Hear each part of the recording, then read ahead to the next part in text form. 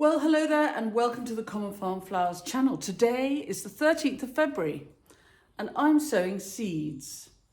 Now, I know I'm a florist and tomorrow is Valentine's Day, but I thought you might be interested to join me while I sow my seeds for my second hardy annuals crop.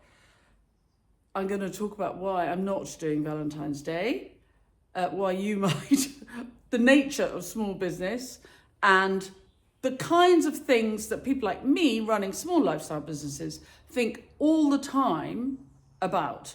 Also, I'll be learning English as I go. So it's a thoughtful post, not terribly exciting. I'll show you the seeds as I go and I'll show you my process, but also talk about running small businesses. So you're very welcome and I hope you enjoy the ride. And if you're new to the channel, you're very welcome. Please do subscribe, press the bell icon and we'll tell you when we've got more clips coming up. And if any of the tips and tricks we give you along the way are useful, you can always buy me a coffee, or better still, join my club where there are 365 other people in a great community of flowery fans of flowers, not me, and all things flowery, from growing for business to floristry for fun. That's the kind of stuff we talk about. So I sow my seeds, and you could, if you wanted to, I have a demo which is available as a download on my website, so you'll get the absolute nitty-gritty of how to sow hardy annuals for an amazing crop. But I thought I'd do you a clip on how I'm actually doing it myself. So I sow my seed in big crops at a time, and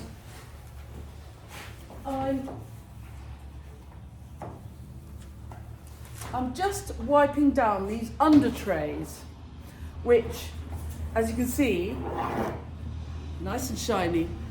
I can then put my seedlings, my trays full of sown seed, will go into these under trays to have a nice drink when I've finished sowing. And I generally sow 20 trays at a time, because that's how many I can fit in my greenhouse. I've got quite a small greenhouse and I can fit 20 trays of seeds at a time. And so I've got 5 of these trays and I've laid them out on my big table here. And when they're all clean, I will fill them up with my seed trays. So I'll just get on with that and I'll see you in a minute. Now, all of my trays, under trays and seed trays, all get wiped.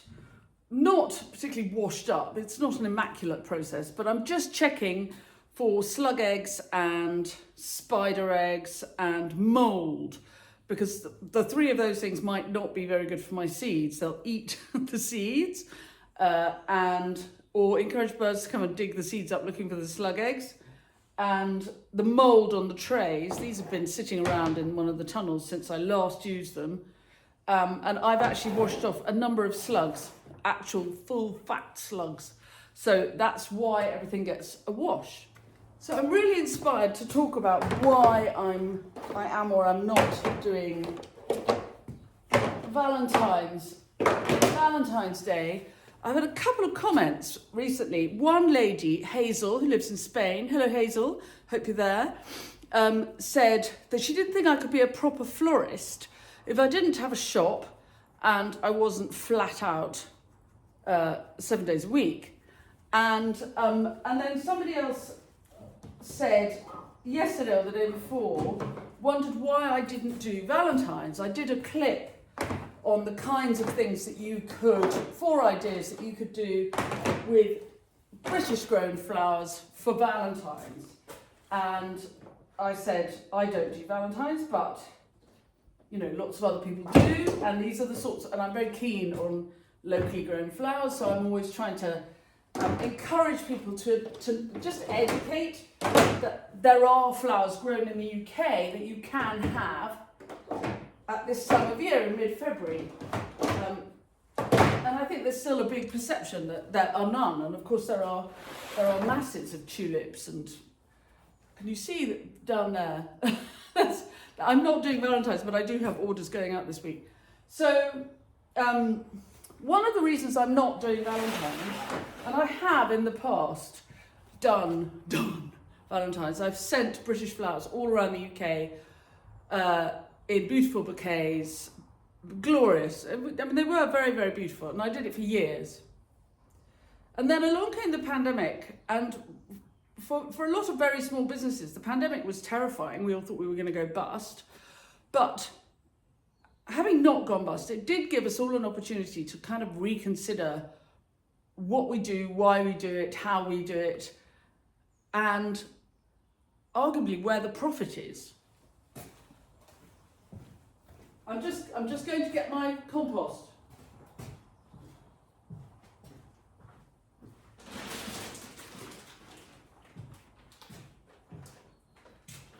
And when I do social media workshops, I'm always asking people, I love the fact that social media encourages one to think very carefully about what one does. Do you want to have a look at what I'm doing? It's my very untidy studio. My studio is always very untidy. That one of the things I love about social media is because one has to post so often, one is obliged to reconsider frequently what one does, why one does it, how one does it, where one does it, and so on. Because otherwise, what are you going to post about on social media? You'll end up posting about your children or your holiday and forgetting to sell your product. So the pandemic was a little bit like that, in that it really gave me an opportunity to consider what it was I really wanted out of Common Farm Flowers. And the pandemic forced me to take my workshops online. Before that, they were all here at Common Farm. And it was completely transforming. I discovered that there was a whole community of people all around the world who were interested in growing flowers for pleasure and profit, who were curious about what I had to say. So, lucky me. And also during the pandemic, my business grew exponentially, but I had no help. So I was working stupid hours, but I couldn't have anybody help me because it was the pandemic, and Granny lives with us and is, we didn't want Granny to catch any nasty lurgies, for example. So eventually I had to decide where I wanted to focus my efforts. And I had learned through the pandemic that I love to teach. I really love to teach. And I'm sure I know there are much better horticulturalists out there. And I'm certain there are better florists. I'm a good horticulturalist, reliable. The information you get from me is good. And I'm a really good florist too. But I'm also a really good communicator. And I think you have to be honest about where your skill set is. And it's almost like burying your talent in the garden. Ha ha, pun intended. If you have a skill, for example, you're good at communicating, and you don't use it, that seems counterintuitive. And there are only 24 hours in a day, and I am primarily a flower grower. The floristry for me is fun, and but it's blimming hard work. And I found that I was either going to have to become a florist, focused on floristry, or flower farming. I could have done both, but I would have had to scale the business a lot, have a lot of help, and I wouldn't have ended up being either really a flower farmer, hands-on, or a florist. So instead of that, as the pandemic finally came to an end, it was May 2021. I'm just going through the compost like this and taking out any heavy bits. This is not seed compost. This is Silver Grow general purpose compost. Very nice peat-free compost, and it's what I sow my seeds into. They do have compost with a John Innes part of it, which is for sowing, specifically for sowing seeds. But I find that this is good stuff for me. I like it. Anyway, so I was going to have to grow my business, scale my business, and I would have ended up not with my hands necessarily in the ground, which I realised I didn't want.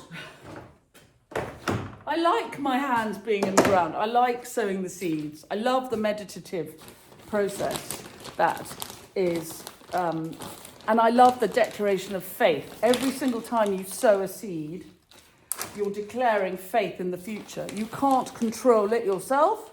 You can but give the seed a lovely environment. You hope the environment that it's going to love best and give you good germination. And for that, you need to go and get my seed sowing demo, which is available as a download on my website. And so I decided, I looked very carefully at my business, and I really recommend that if you come on my lifestyle business workshop, I teach a lot of workshops. I'll take you through this really carefully, how you decide what's it for, your business. Obviously to make a living, but what is it you want out of it? What do you want to achieve? And I realised I didn't want to achieve huge turnover and a staff of 10. I wanted to be able to, I loved working on I worked very hard during the pandemic, but I really discovered working on my own. I love working on my own. I love the time, the headspace. If you give me time, I'm very clever. But if you rush me, I can be very stupid. My brain sort of freezes and I can't deal with any kind of, I'd be a rubbish politician. But with the time to think that working alone gave me, I learned to run a more clever business. And I rationalised the business, to where the profits are, yes, part of that. Because then I get a bit more time off and I see my family a bit more. I don't have to work such long hours, which is allowed. Nobody puts on your gravestone, this person worked longer hours than anywhere else and therefore has some kind of claim to glory. Codswallop, frankly. But I would like to have on my gravestone, this woman did a good thing. So, ran a good business, an eco business, which didn't have an appalling cost to the planet. Of course, we all have a cost to the planet. Our very existence is a cost to the planet. Look, I'm wearing plastic glasses, and the sack with the compost in is made of plastic, and I'm putting my compost into the plastic trays. Of course, there is a cost, but one of my things is to keep the costs down a lot. And so one of the reasons I don't do bouquets by post around the country anymore was because the actual price cost to the customer was very high because they had to pay for the courier. And I decided I'd really rather, local people looked after their local area, and I would look after my local area. And I would do it by growing flowers to have for sale in the summer.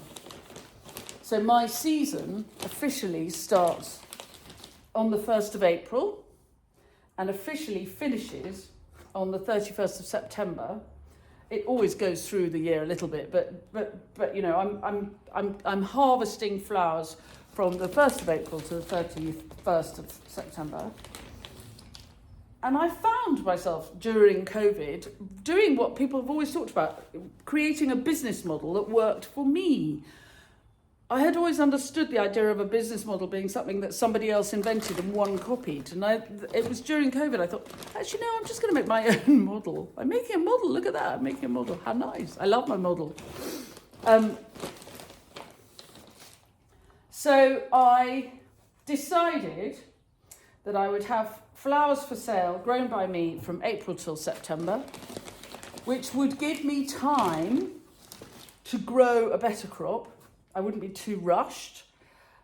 The farm would be in better heart. I would have more time to look after the land and grow the flowers better. I would have to box clever because I wouldn't have that turnover from things like Valentine's or Mothering Sunday, or even the big Christmas orders I used to do. I used to do the biggest day in the floral year is Christmas, and a huge amount of flowers go out at Christmas, and I used to do all of that. And I thought, no, I'm going to not do that. I'm going to be really, really good at what I do in the summer. I'm going to have to raise my game. I'm going to have to earn a bit more money in the summer. So watch the profits in the summer, because I'm going to need that money to last me all year round. But, you know, I'm good and I'm clever enough to budget, and I'm a bit mean. So, you know, no holidays in the Bahamas for my family. But hey, that's not really our line anyway. I didn't see anybody burst into tears because we'd never had a holiday in the Bahamas, and so that wasn't going to happen. So I became a person who is, my business is like a lot of small flower farming businesses. But no, it is not a trad flower shop, Hazel. And thank you very much for pointing that out. Hazel did very, very well with her business. So well that she took early retirement and retired to Spain. Which I think probably at this time of year is lovely, but in the summer might be a bit hot these days. Anyway, I hope you're having a lovely time in Spain, Hazel. And so that's why I don't do Valentine's, and why on Valentine's Eve, when we almost have 10 hours daylight, I am sowing a crop of hardy annuals and not making enormous bouquets for the Valentine's market. There are lots of people out there doing that, and guys, hats off to you all. I hope you're having a really good day. I hope you've sold out. I hope the flowers look amazing, and congratulations on getting another Valentine's Day done. To all of you florists out there doing this. And to those of you who are flower farmers and run small artisan businesses like me and have chosen not to do Valentine's, I hope you too are, I have no doubt actually, that you too are washing your seed trays and getting ready for the first big seed sowing of 2024. Because the first, we have 10 hours of daylight. Actually, it's Thursday or Friday this week. We do. So I'm a bit ahead of myself. And the reason I'm ahead of myself is because it's half term. And I have a family. And the other thing about lifestyle businesses is the point of the business is partly to make a living. But the word lifestyle really counts in it. In that, when it's half term, I want to see my kids a bit. And so I have arranged my week in such a way, quite big bits of, in such a way that I'm getting lots of work done now, and then I'm going to spend some time with the kids. So, what am I sewing? Well, club members, you know, you've got the full list. For everybody else, if you're interested in how I choose what I sew, I made a clip or two about it in January. And now, if you give me a minute, I'll just fill all these trays up and I'll show you what I'm doing. A bit more about running businesses. I've been thinking while I've been filling up my trays. The lovely thing about very small artisan businesses like mine, small lifestyle businesses, is, luckily for us, I've been listening to the rest is politics, the rest is history about the political crises in 1974 in England. So this is inspired by Tom Holland and Dominic Sandbrook. This is what I do when I'm on my own. and not thinking. I listen to podcasts and they make me think. I'm very lucky. I don't work for in an industry which is run by the government in any way. I can choose what my business does. And so long as it makes a modest income for myself and my family and doesn't run a terrible loss for a very long time, because otherwise we'd all go bust, then I can do what I like. I can, within the parameters, if you like, so I call myself a florist and a flower farmer, but I'm farming 7 acres. It's hardly the Midwest. This is a tiny operation on a very small patch of land. Half the land is kept wild or wooded or orcharded, so that, because the point of the business is that if we look after the invertebrates, the rest of the food chain will look after itself. And our job for Brizio and I think is it's our gift. So long as we make enough of a living to pay for our small family to live here, it's not just in our gift, it is our responsibility to make sure that the place is a haven for wildlife. And you can't have great big rewilding projects if you don't start right at the bottom of the ground with the invertebrates, because otherwise there's nothing for the big, charming, the pretty big, fluffy animals like the deer, for example, or the foxes, or the lynx, or the beavers to eat. Anyway, so I call myself a florist and a flower farmer, but Hazel might have a point. I'm certainly not her kind of florist. I'm probably not her kind of flower farmer either. But I have made, within those parameters, I've made a business that works for me, and I can choose not to do Valentine's. I do choose, starting pretty much next week, towards the end of February, I get into a kind of 70-hour week thing, which goes on until mid-June, which is kind of anti-lifestyle business. But I know it's coming, and I can get myself kind of match fit for it. The club, we have a chat next week, don't we? We have live at 5s on the club, and next week's live at 5 is self-care for flower farmers, because we do have these very intense, physically exhausting, and you've got to be incredibly focused. You've got to be really, really organised times, and it's because you have this period where a lot of your crop is needing to be planted out and looked after as you're farming, but you're also beginning to harvest and sell your flowers or be a florist. And so there's a tension between the two. And you need to sell the flowers because otherwise you can't eat. But if you don't grow the flowers, you will have nothing to sell. So that's my incredibly busy time, is kind of end of February, 3rd, 4th week in February through to mid-June. And it slows down after mid-June because I've pretty much planted everything out for the season. I've still got seeds in the ground, seeds in trays, but it's less intense. And so from mid-June onwards until the end of my season, I'm selling. And then it all starts again. Anyway, that's the thing. I think, we're very lucky. I don't work for the Milk Marketing Board. My business is not managed by the Coal Board or the Milk Marketing Board or any kind of flowery board that tells me what I may grow and how much I may sell it for. I can choose.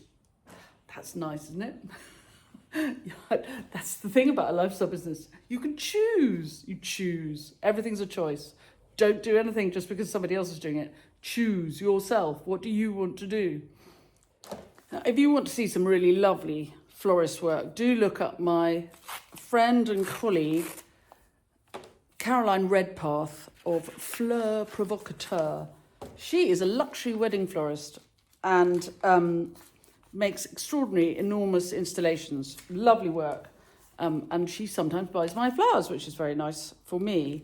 And we had coffee on Monday and a little catch up. pre-season chat. And she said, if I were a flower farmer, I would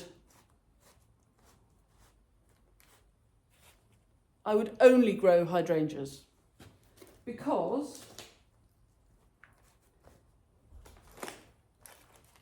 they're worth a lot of money. You only have to really worry about them for harvest purposes, not very often. And she said, I don't understand why flower farmers like you, smiling at me, she's very nice. We were not disagreeing, we were just, discussing the business that we're in. And she said, I don't understand why people like you, pointing at me, grow sweet peas. Because they're such a fiddle. It's a lot of work. And I have to say, she's right. I should specialise in hydrangeas. I really should. But, again, this is a lifestyle business. And I, Georgie Newbury, know my character. And I wouldn't do it. I'd get bored. I would be a very bad flower farmer if I only grew one thing. So I could grow more, I could make more money. I could rationalise my business even more by growing less. So the starting of this process is not doing Valentines, slowly beginning to specialise. Whether I will ever give up growing sweet peas, I doubt it. But, sorry, just getting some more compost to go on the top. But it's important that I know that I could probably make more money if I just grew hydrangeas than by growing a lot of sweet peas. But I love sweet peas. That was a variety called King's Ransom, by the way. And now I'm going in with Albert Blue, and the supplier is King's Seeds. I said to my mother the other day, if any of you ever have watched my channel, you'll know that occasionally I go and make a film with my mum, who lives in Cumbria. She's a really amazing gardener. And the other day she said to me, where do you get your sweet pea seeds? And I said, I get them from King's of Cockershaw, because you told me to. And she said, I never told you to do that.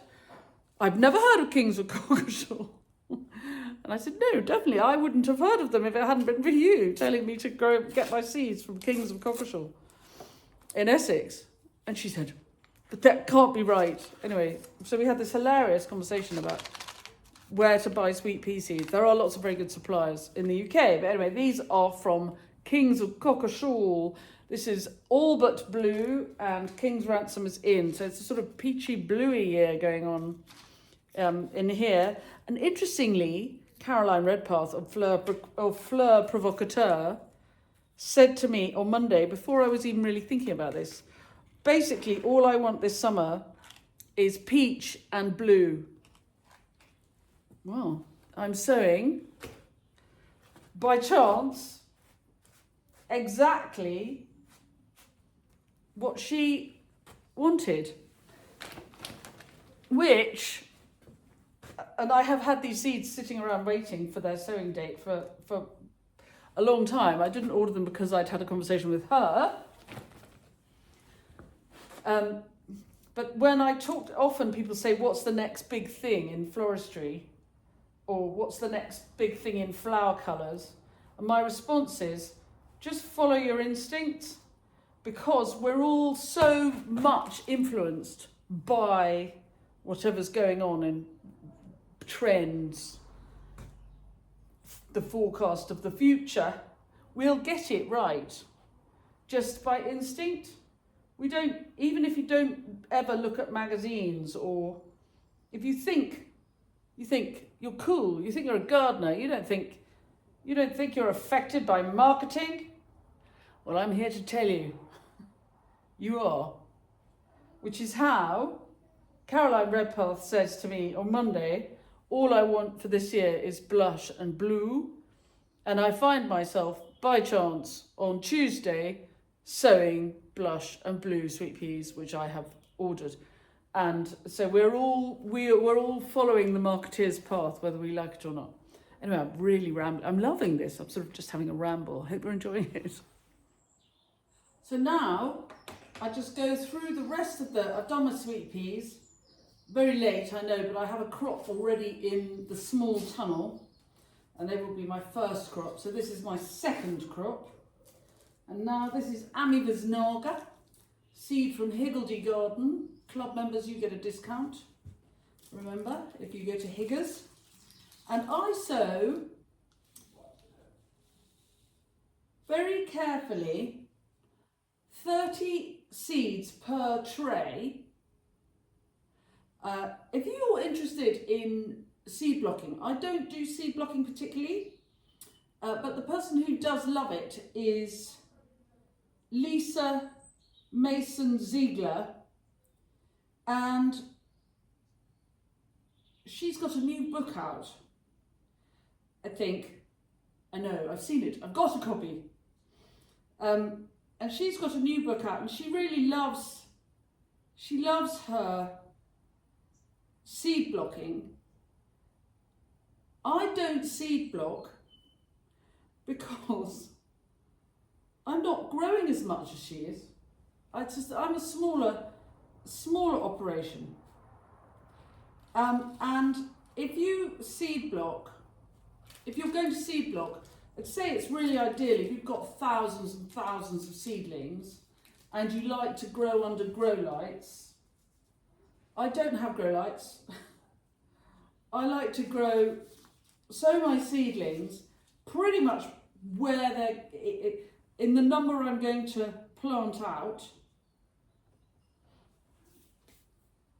And I know that if I've got a tray of 30 seedlings, I'm going to need 1 metre of metre wide running bed. So having 20 seed trays like this, I'm going to need 20 metres.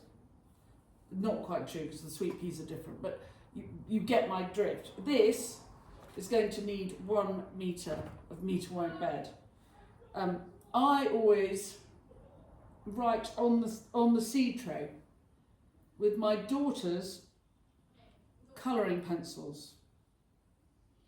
Ami, Viz, and then I write the name of the seed supplier, Higgledy Garden, and the date, 1/3/2/24. Sorry, we do it the other way around, Americans. We start with the day, and then the month. And I need a little bit of compost to sprinkle over the top. Right, I'm going to do the rest.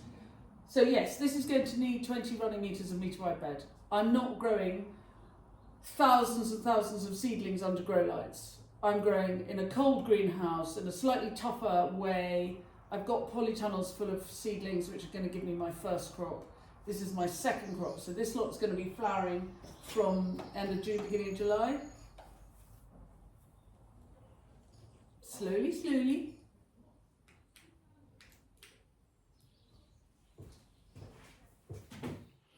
And on the subject of businesses and what businesses do and how they function, I am indebted to my friend Snapdragon Life, who's here, and I will tag her in the blurb, whose concept of enough put into words something that I've been looking for a way to describe for years.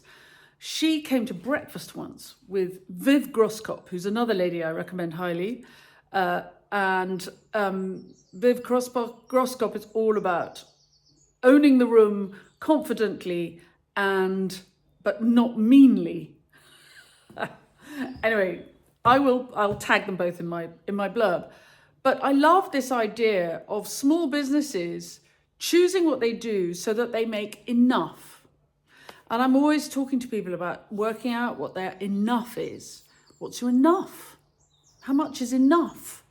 Must you run a shop and turn over 10 million quid a year? Must you do Valentine's flowers and turn over a great deal of money? Or can you make enough without doing those things? Can you find where the profit is?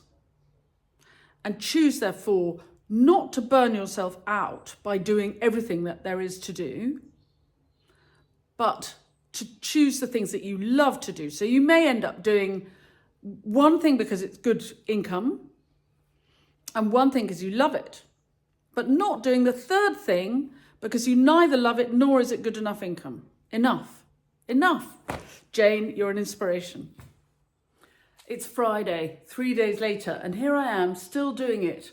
But that's half term and running small businesses with children. And I've just looked up Cineglossum amabile, Chinese forget-me-not, needs dark to germinate, so cover them up. Snapdragons, on the other hand, need light, so don't cover them up. I have been doing this for my business for 15 years, and I still have to check these things because I'm very good at keeping my head nice and empty, and I know that I can look it up. So I don't keep the information in my head. So nor need you, because it takes a second to look up, and then on you go. So these seeds now, I fill the trays. Oh, you can't see. You can see this one. Right, I fill the trays from underneath with water till they're full up.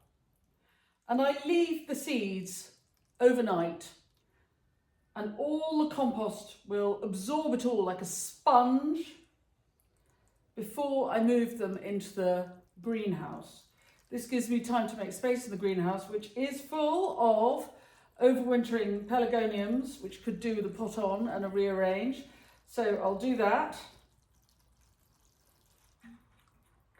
And while they're all having a nice drink, I will wash I've got big plastic tops. They all get a wash, so that when these go into the tunnel, into the greenhouse, the big tops will go on top to stop the surfaces drying out. Other people put vermiculite and perlite and things, not I. I'm too much of a cheapskate. Anyway, these will germinate slowly, and I will. Then begins the great game of seed tray Tetris, which I will be playing really until mid-June when I sow my biennials. Anyway, Caroline Redpath of Fleur Provocateur is right. I should just be a specialist grower of hydrangeas, but growing from seed is a declaration of hope. Every time you sow a seed, you declare hope in the future, which I think in these difficult times is always a good idea. My next job is also to sow some extra seed because we have our plant sale on the 11th of May, and I need to have lots and lots of plants to sell at our village plant sale on the 11th of May. And I'm encouraging all of the people I communicate with on my I think we call it a community, all my online community, wherever you are in the world, I'm encouraging everybody to think of a way that they could sell a few plants to raise a small amount of money for their own local horticultural charity. Small horticultural charities do vast amounts of largely unrecognised work to support people who struggle with their mental health, people who need to have somewhere they can get outside but don't necessarily have a place of their own, support people with learning difficulties, support people who have been very unwell and need to get back outside to improve their health. Small local horticultural charities are a brilliant place to raise a little bit of money and put a little bit of money. And if we all have a go, imagine the ripple effect of, okay, I keep saying this, we hit about 100,000 people a month on our socials, as they call it, and our newsletter and things. If 1% of that 100,000 people hold a little plant sale on the 11th of May, so that's 1,000 people, and if those 1,000 people raised £500, for their local horticultural charity, and that might be a garden project at a primary school, or you might have a garden project at a hospital, or your local prison, or there might be a horticultural charity that's really crying out for a little bit of support nearby. And if you can't find one, have a look at the Riff Trust, and or if you're in the UK, Green Fingers. There are lots and lots of small horticultural charities. Anyway, if 1,000 people raised £500 on the 11th of May for small horticultural charities around the world, that's £500,000. That'd be worth doing, wouldn't it? Anyway, I better get on because this is the longest clip I've ever made. And I have children who are hungry next door and I have to feed them. Anyway, happy half term, everybody. And I hope you enjoy sowing your seeds. And whatever your business, I strongly encourage you to think hard about which part of that industry you are going to engage with. And remember, you don't have to do it all. We cannot be all things to all people. Just because there is something out there you could be doing doesn't mean you have to do it. Just because there's something out there that's more profitable doesn't mean you have to do it. Just because there's something out there which may make you look more like what other people might expect people in your industry to be doing doesn't mean you have to do it. Everything is our choice, and I don't mind how modest your business is. I'm interested in people making a good living, but not feeling obliged to do anything. Anyway, whatever your business, I hope you're having a lovely afternoon. Here are my little pots that these all need potting on. They've spent all winter. If you scroll through my playlist, you'll find a clip from late last summer where I took all these cuttings. And here they all are. It's a miracle. Right, I'm going to put them on and make room for everything. Have a lovely afternoon, everyone. I'll see you soon.